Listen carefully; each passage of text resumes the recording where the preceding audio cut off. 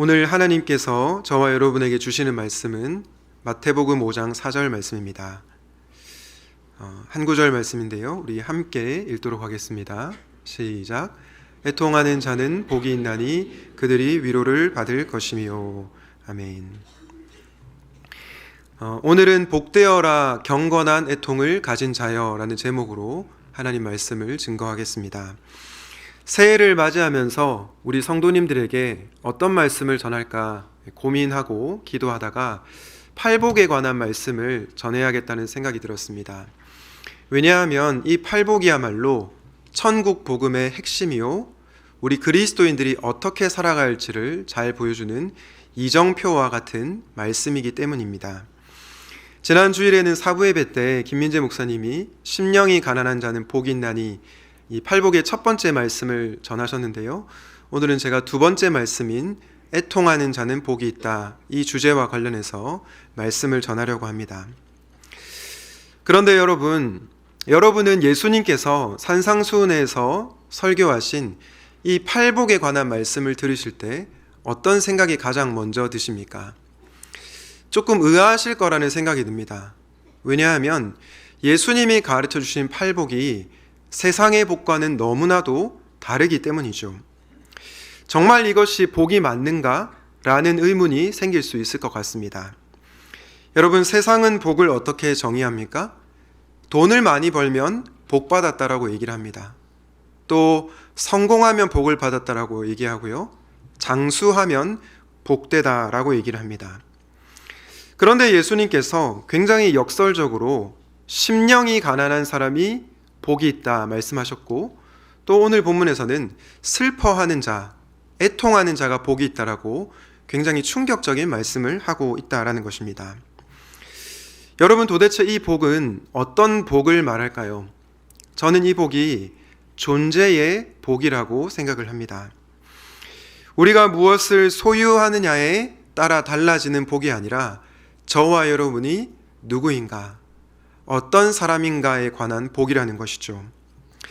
저는 샘물의 성도님들이 세상 사람들이 말하는 복도 많이 누리며 사시면 좋겠지만, 무엇보다 올 한 해 존재의 복을 누리고 사시기를 예수님의 이름으로 축원을 드립니다.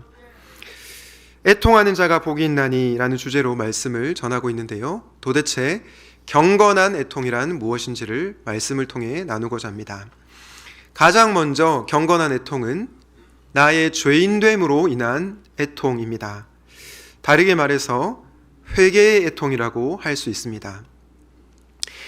여러분, 만약에 지나가는 행인에게 나는 죄인이어서 행복합니다, 내가 죄인이어서 행복합니다 라고 말을 하면 그 행인은 여러분은 어떻게 생각할까요? 이렇게 잘못된 거 아닌가, 이런 생각을 할 것 같습니다.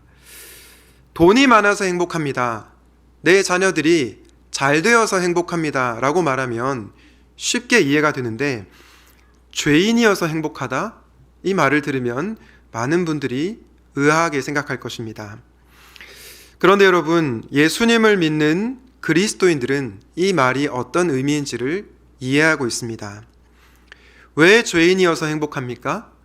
나의 죄인됨을 인정해야, 그때서야 비로소 예수님의 용서와 자비의 은혜를 경험할 수 있기 때문이죠.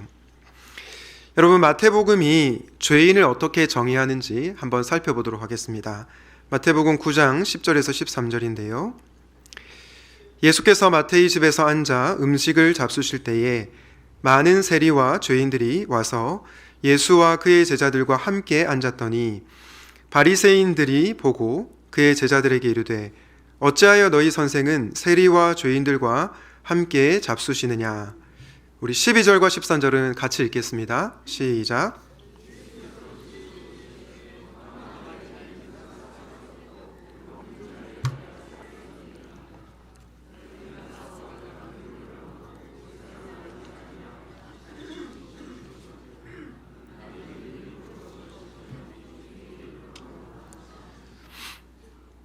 여러분, 마태복음 9장 13절에 보니 예수님이 나는 의인을 부르러 온 것이 아니요 죄인을 부르러 왔다 말씀하고 계십니다.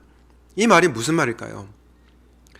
예수님은 도덕적으로 착한 사람은 싫어하고 또 나쁜 짓만 골라 하는 그런 사람들만 좋아한다. 그런 자들을 부르러 오셨다는 그런 의미일까요? 네, 절대로 그런 의미는 아닙니다. 그렇다면 여기서 말하는 마태복음 말하는 의인과 죄인은 도대체 어떤 개념이란 말입니까? 기본적으로 성경이 말하는 의인과 죄인은요, 도덕적인 개념을 말하기 전에 하나님과의 관계에서의 관계적 개념을 의미한다는 것을 기억해야 됩니다. 하나님과의 관계에서 죄인과 의인을 구분한다라는 것입니다. 그리고 이것은 예수님께서 죄인을 부르러 오셨다라고 말씀한 13절 바로 앞절인 12절 말씀을 통해 확인할 수 있습니다. 12절에 이렇게 말씀하죠.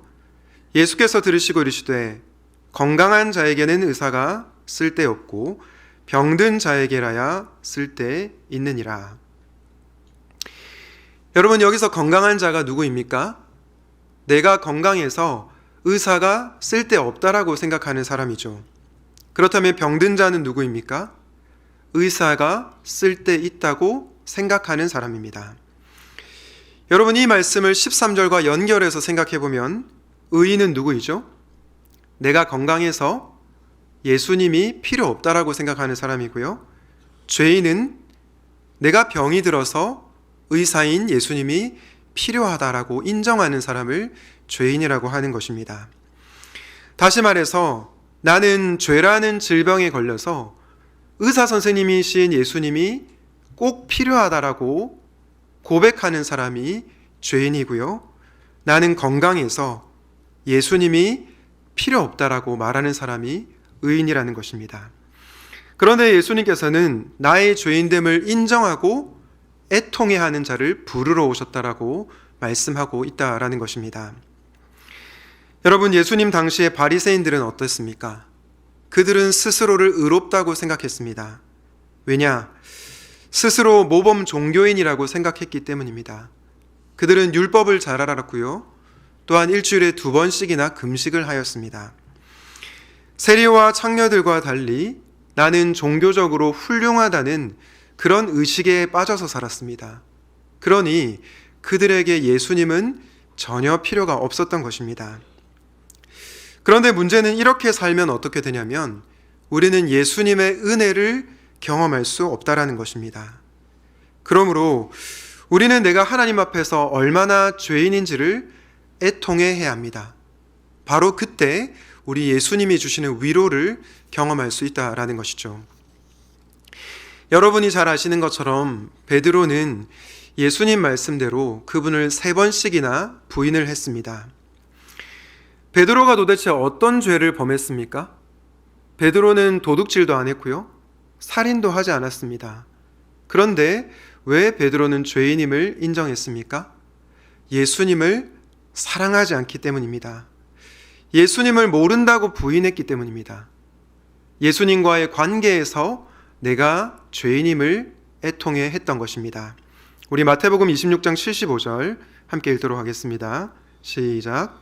이에 베드로가 예수의 말씀에 닭 울기 전에 내가 3번 나를 부인하리라 하심이 생각나서 밖에 나가서 심히 통곡하니라. 베드로는 예수님을 부인하고 심히 통곡했다라고 얘기를 합니다. 경건한 애통을 보였다라는 것이죠. 그런데 예수님께서 베드로가 부인할 시점을 왜 콕 집어서 닭 울기 전이라고 말씀하셨던 것일까요? 왜 굳이 닭 울기 전에 네가 나를 3번 부인할 것이다 라고 말씀을 하신 것일까요? 이것은 베드로에게 닭 울음소리가 주님의 사랑을 알려주는 알람 소리와도 같았기 때문입니다. 당시 베드로가 살던 중동에는 어딜 가든지 닭이 있었습니다. 그리고 이 닭은 새벽에만 울지 않죠. 새벽부터 해질녘까지 웁니다.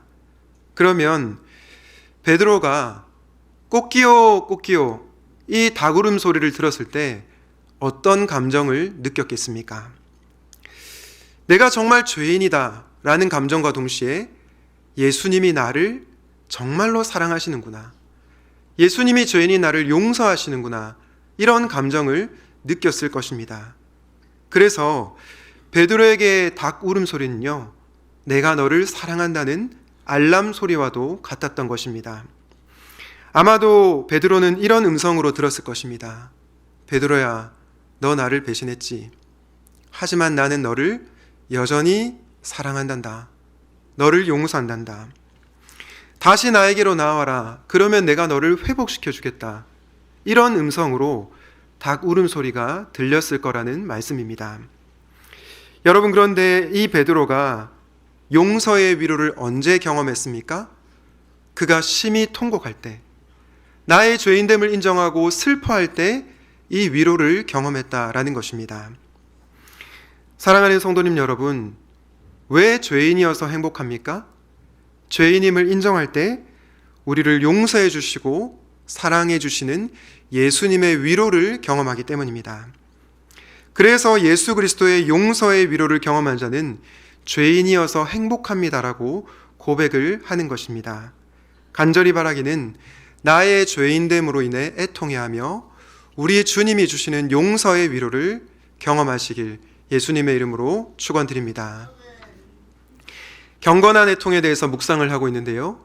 두 번째 경건한 애통은 무엇입니까? 바로 공동체의 죄악으로 인한 중보적 애통이라 할 수 있습니다. 시편 119편 136절에 보면 이런 말씀이 나옵니다. 그들이 주의 법을 지키지 아니하므로 내 눈물이 시냇물 같이 흐르나이다. 지금 시인의 눈에 무엇이 흐르고 있습니까? 눈물이 흐르고 있습니다. 그냥 눈물도 아니고 시냇물처럼 눈물이 펑펑 흐르고 있습니다.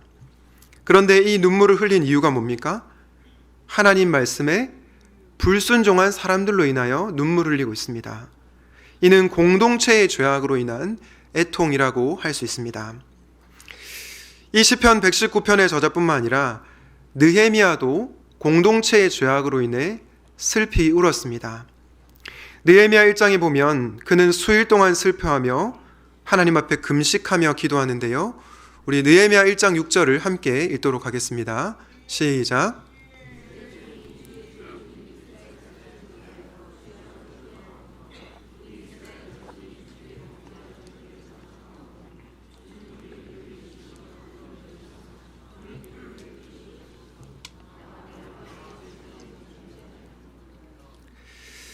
여러분, 우리는 보통 무엇을 회개합니까? 나의 죄를 회개하죠. 나의 죄인됨으로 인해서 슬퍼합니다. 반면에 다른 사람이 잘못을 하거나 죄를 지으면 어떻게 합니까? 손가락질을 하기 바쁘죠. 정죄하기 바쁩니다. 그런데 느헤미야는 지금 누구의 죄를 자복하고 있습니까? 이스라엘의 죄를 자복하고 있습니다. 공동체의 죄악에 대해서 함께 슬퍼하고 있다라는 것입니다. 공동체의 죄악을 나의 죄악으로 받고 애통해하며 기도하고 있는 것입니다. 여러분, 오늘날 한국교회가 잃어버린 정신 중에 무엇이 있을까요? 저는 공교회 정신이라고 생각합니다. 공교회 정신이 뭡니까? 공교회 정신은 특정 교회나 교파를 넘어서 우리 모두가 그리스도 안에서 한 교회임을 고백하는 정신입니다. 사실 우리는 매주 사도신경을 통해 이 공교회 정신을 고백하고 있습니다. 어떤 대목입니까? 거룩한 공교회를 믿사오며 라고 고백하는 것입니다. 그런데도 오늘날 많은 한국교회의 그리스도인들이 이 공교회 정신을 놓친 채 개교회주의에 빠져 살아갑니다. 그래서 어떻죠? 내 교회만 잘 되면 된다고 생각합니다. 우리 교회만 잘 되면 전혀 문제가 없다고 생각하죠. 그리고 다른 교회가 잘못을 하면 어떻습니까? 비판하고 손가락질은 하지만 우리는 그들과 다르다는 자부심에 빠져서 살아갈 때가 있는 것 같습니다. 물론 교회가 잘못된 길을 갈 때 건강한 비판을 해야 합니다. 목회자가 타락했을 때 그들이 돌이킬 수 있도록 하는 예언자적인 외침이 필요합니다. 또한 교회의 직분자들과 성도들이 서로 싸울 때 그것을 개혁하고 바로잡는 것이 필요합니다. 그런데 저는 오늘날 한국교회를 비판하는 사람들 가운데 정말 눈물로 기도하며 저들의 죄악이 나의 죄악임을 고백하며 눈물을 흘리는 자를 많이 보지 못한 것 같습니다. 여러분, 사실 저의 모습만 돌아보아도 저도 그럴 때가 너무나 많이 있는 것 같습니다. 사랑하는 성도 여러분, 혹시 여러분은 어떻습니까? 진정으로 복 있는 사람은 잘못된 것을 개혁하는 것과 동시에 공동체의 죄악을 두고 함께 슬퍼하는 자입니다. 그리고 저는 이런 자들만이 진정한 의미에서 교회를 세울 수 있다고 생각을 합니다. 여러분, 작은 예수성교회 대표인 서진교 목사님이 계시는데요. 이분은 정말 말할 수 없는 고난을 겪으신 분입니다. 신학교에 다닐 적 등록금이 없어서 신학교 퇴학 처분을 받았고요. 늦은 나이에 군대에 갔는데 허리 디스크와 무릎 연골 파열로 육신의 질병을 겪었습니다. 게다가 아버지는 알코올 중독으로 집안에서 문제를 일으키셨고요. 어머니는 충격을 빠져서 조현병에 걸리고 말았습니다. 목사님은 너무 삶이 힘들어서 사역하던 교회를 잠시 내려놓게 되었습니다. 여러분, 이 정도 되면 모든 것을 다 포기하고 싶지 않겠습니까? 하나님도 내 인생을 돕지 않는다 생각하고 신앙의 길을 떠날 법도 하지 않겠습니까? 그런데도 이 목사님은 이런 상황에서 신앙을 포기하지 않았습니다. 그러던 어느 날이었습니다. 한 번은 신학교 동기가 이 목사님에게 청소년부 수련회 강사로 와달라고 했습니다. 하지만 목사님은 지금 내 처지에, 내 주제에 무슨 설교를 할 수 있을까라고 생각하고 거절을 했다고 합니다. 하지만 동기가 계속해서 간곡하게 부탁을 해서 결국 목사님은 청소년 수련회 장소로 가게 되었습니다. 그런데 그 수련회에 참석했던 학생들은 건장한 고등학생 태권도 학생들이었습니다. 이 학생들에게 1시간 30분을 설교하고 기도회를 인도하는데 이 학생들에게 아무런 변화가 일어나지 않는 것입니다. 목사님은 그래서 3시간을 더 기도했습니다. 어떤 일이 벌어졌을까요? 이번에도 아무 일도 일어나지 않았습니다. 건장한 고등학생 태권도 선수들 가운데 회개하는 사람이 단 한 명도 없었습니다. 기도를 인도하던 목사님도 그 자리에 있는 학생들도 지쳤습니다. 5시간을 그렇게 시간을 보냈기 때문입니다. 결국 목사님은 수련회를 끝내고 기도회를 정리하고 돌아가려고 했습니다. 그런데 그 순간 하나님께서 목사님의 마음 가운데 딱 30분만 더 기도해라, 이런 마음을 주셨다고 했습니다. 다들 녹초가 된 상황에서 30분간 기도하는 것은 정말 쉬운 일이 아니죠. 하지만 하나님 주시는 마음에 순종하여 30분을 더 기도했습니다. 그런데 놀라운 일이 벌어졌습니다. 시작하자마자 하나님의 은혜가 폭포수처럼 쏟아졌고요. 그 건장하던 고등학생 태권도 선수들, 강팍한 그 영혼들이 회개하는 역사가 일어나게 되었습니다. 목사님 평생 그렇게 강력한 성령 하나님의 임재와 역사를 경험한 적은 없다라고 고백을 하셨습니다. 여러분, 목사님이 만약에 그 청소년들을 바라보면서 어이구 이 강팍한 인간들이라고 얘기하며 수련회 장소를 떠났다면 어떻게 되었을까요? 그 아이들은 수련회에서 하나님을 만나지 못했을 것입니다. 그러나 공동체의 죄악을 두고 함께 애통해하며 기도할 때 그 청소년들, 변화될 것 같지 않은 청소년들이 변화가 일어나게 된 것입니다. 사랑하는 성도님 여러분, 저는 우리에게 이런 애통함이 있을 때 진정한 변화가 일어난다라고 생각을 합니다. 여러분은 변화되지 않는 배우자와 자녀를 위해서 얼마나 애통해하고 계십니까? 아무리 열심히 섬겨도 마음이 열리지 않는 목장 식구들과 VIP를 보며 애통해하고 계십니까? 한국 교회의 문제를 바라보며 그 문제가 내 문제임을 인정하고 함께 아파하며 기도하고 계십니까? 저와 여러분에게 그 애통함이 필요합니다. 우리가 느헤미야처럼 공동체의 죄악을 나의 죄악으로 여기고 눈물로 기도할 때 하나님께서는 저와 여러분의 그 기도를 들으시고 놀라운 하나님의 역사를 일으켜 주실 것입니다. 간절히 바라기는 공동체를 두고 애통해하며 기도하는 가운데 여러분의 가정, 여러분의 목장, 샘물교회와 한국교회가 변화되게 되는 놀라운 역사가 나타나게 되시기를 예수님의 이름으로 축원드립니다. 경건한 애통을 묵상하고 있는데요. 경건한 애통이 무엇이었습니까? 첫 번째는 나의 죄인됨으로 인한 애통이라고 말씀을 드렸습니다. 내가 특별한 나쁜 짓을 했고 안 했고의 문제가 아니라 내가 거룩하신 하나님 앞에 얼마나 큰 죄인인지를 인정하는 애통이었습니다. 두 번째는 공동체를 바라볼 때 정죄하고 판단하는 것을 넘어서 그의 죄악이 나의 죄악임을 여기고 함께 아파하는 중보적 애통을 말씀드렸습니다. 그렇다면 성경이 말하는 마지막 경건한 애통은 무엇일까요? 이 애통은 영적 씨름으로 인한 애통, 믿음의 애통이라고 할 수 있습니다. 여러분, 믿음이 무엇일까요? 어떤 사람들은 믿음을 아무것도 의심하지 않는 상태라고 생각을 합니다. 실제로 야고보서 1장에 보면 오직 믿음으로 구하고 조금도 의심하지 말라 이런 말씀이 나오기 때문에 우리는 믿음을 의심하지 않는 것이라고 생각을 합니다. 그런데 여러분, 도마도 의심했고요. 하박국도 하나님께 항변했습니다. 욥도 절규했습니다. 그래서 정말 우리가 의심이 생기는데 또한 하나님께 부르짖고 싶은데 그냥 덮고 넘어가는 것이 믿음이 아니라는 것입니다. 오히려 그것은 맹목이라고 할 수 있습니다. 물론 초신자들에게는 아무 의심 없이 순수하게 믿는 것이 필요하다고 생각합니다. 그리고 실제로 아무것도 의심하지 않고 어린아이처럼 구할 때 하나님께서 우리의 기도에 응답해 주십니다. 예를 들어서 육신의 질병으로 고통을 받았는데 기도했더니 다 낫게 되었다. 사업의 어려움을 겪었는데 기도했더니 하나님께서 물질의 복을 주셨다라고 초신자들이 간증을 많이 합니다. 그런데 여러분, 신앙의 연륜이 깊어지면서 저와 여러분이 경험하는 것은 무엇입니까? 생각한 대로 내 인생이 뜻대로 되지 않는다라는 것입니다. 열심히 준비했던 시험에 떨어지고요. 잘 다니던 회사에서 쫓겨납니다. 예상치 못한 질병이 찾아오고요.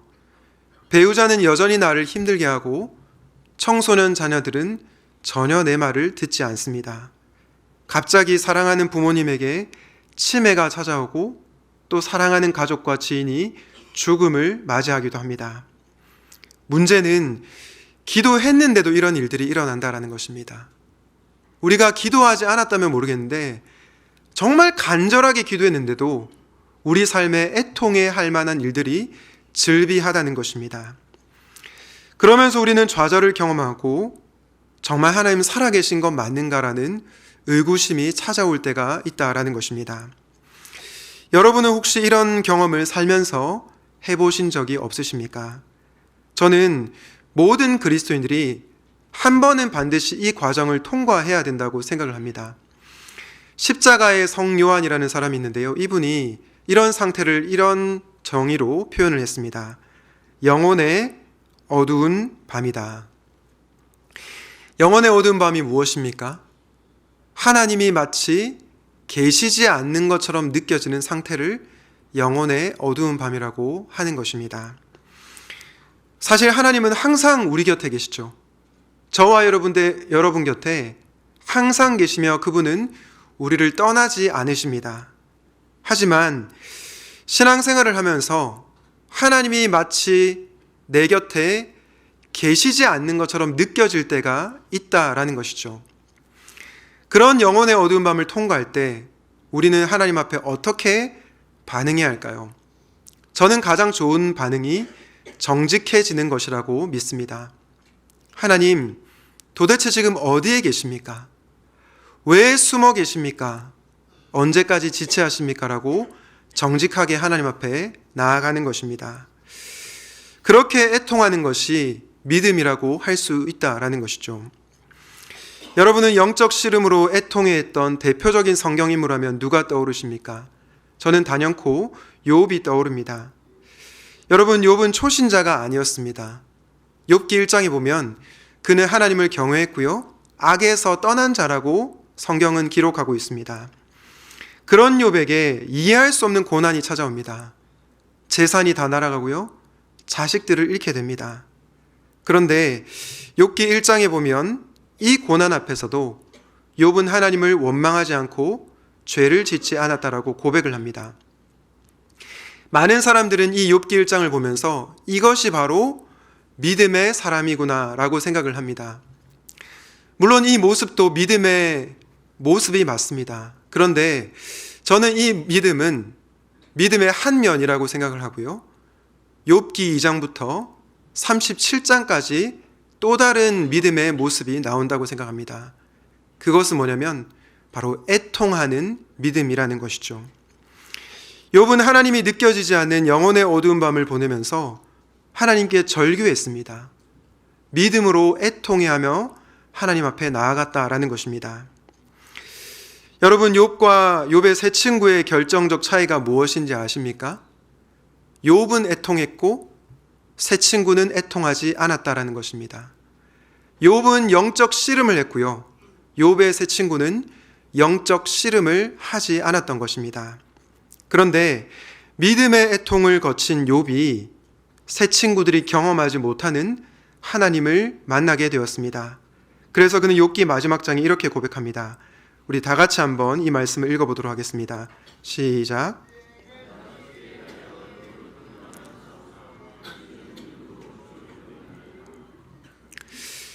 여러분, 욥기 42장 마지막 장은 행복한 결말로 끝이 납니다.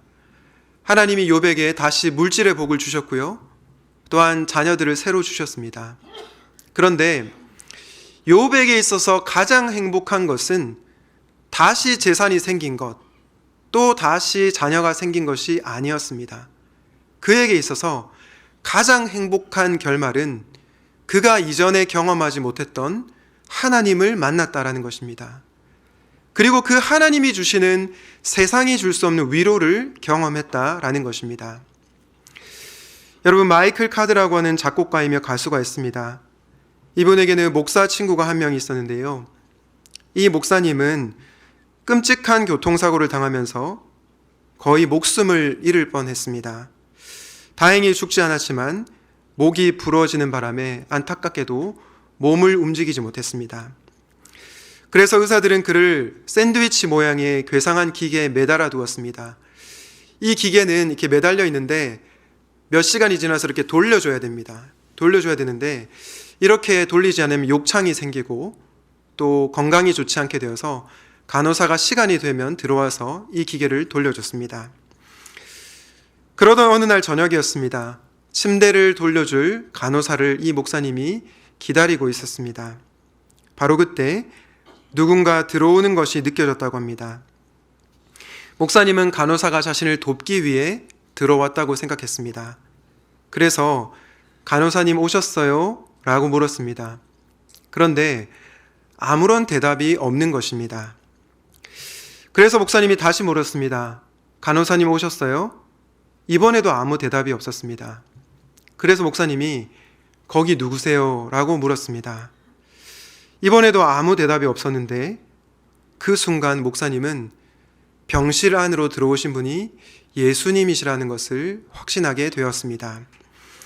물론 예수님께서 함께 하셨다고 해서 특이한 현상은 없었습니다. 뭐 환상 같은 게 보인 것도 아니었고요. 또 질병이 나은 것도 아니었습니다. 그런데 예수님이 내 곁에 와 계시는구나.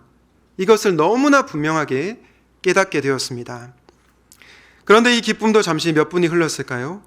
이 경험이 곧 끝이 나게 됩니다. 그러면서 목사님은 예수님 제발 저를 떠나지 말아주세요. 제 곁에 있어 주세요라고 간절하게 부르짖었다라고 얘기합니다. 목사님은 이 경험을 하면서 이렇게 고백했습니다. 내가 가장 바랐던 것은 그분이 나를 치료해 주시는 게 아니었다는 걸. 그 갈급함은 완전히 사라져 버렸네. 내가 원한 것은 오직 그분의 임재뿐이었다네. 여러분, 이 목사님은 교통사고로 극심한 고난의 시기를 통과했습니다. 울며 지낸 밤이 하루 이틀이 아니었을 것입니다. 그런데 그 애통의 과정 속에 누가 찾아오셨습니까? 예수님께서 찾아오셨습니다. 그리고 이분은 깨달았습니다. 이 세상에서 가장 중요한 것은 예수님의 임재와 위로라는 것을요. 이런 관점에서 유진 피터스 목사님은 오늘 마태복음 5장 4절을 이렇게 번역하고 있습니다. 우리 다 함께 이 말씀을 읽도록 하겠습니다. 시작.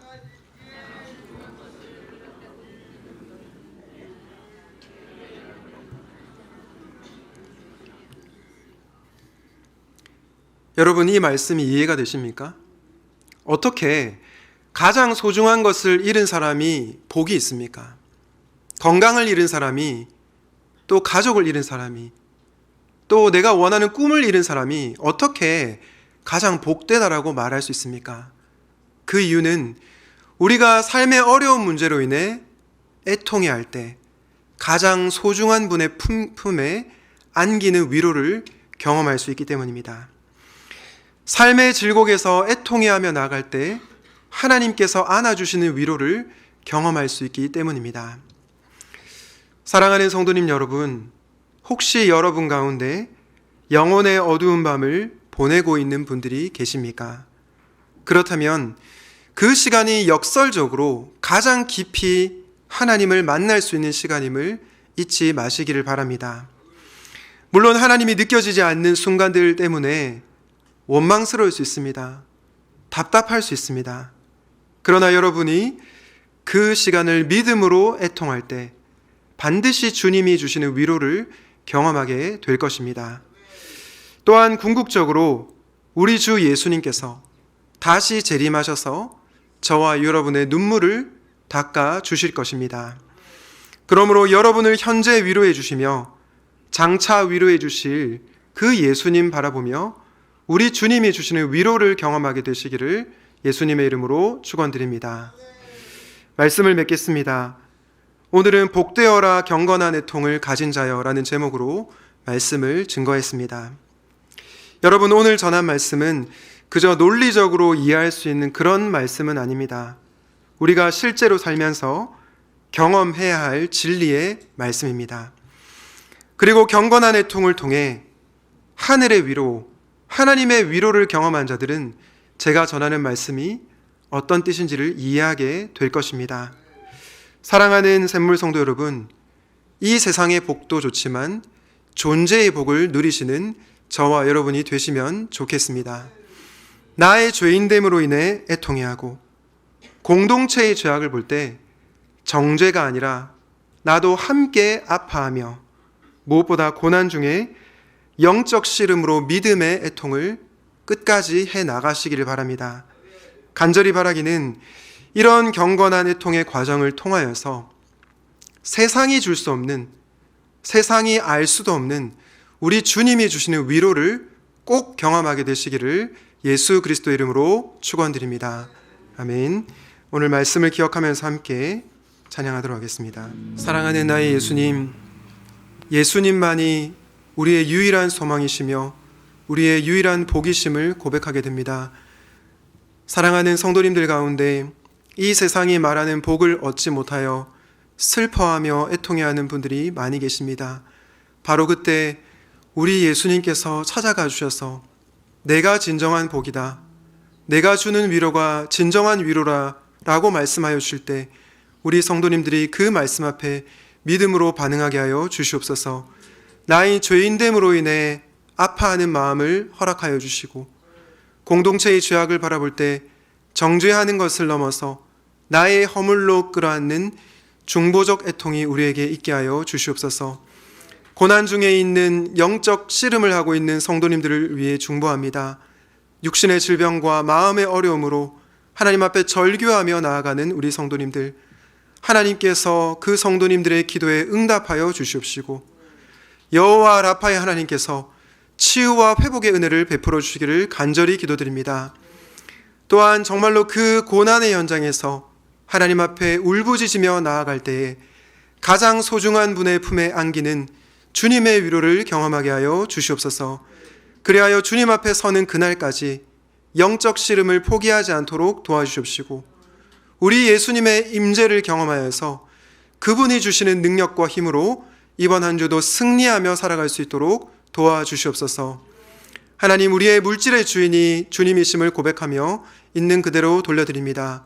이 물질을 사용하여 주셔서 하나님 나라가 확장되게 하시고 주님의 몸된 샘물교회가 더욱더 든든히 세워져 가게 하여 주시옵소서. 주 예수 그리스도의 은혜와 하나님의 사랑과 성령의 교통하심이 경건한 애통으로 주님의 위로를 경험하기 소원하는 모든 무리들 가운데 지금부터 영원토록 함께 있을지어다. 아멘.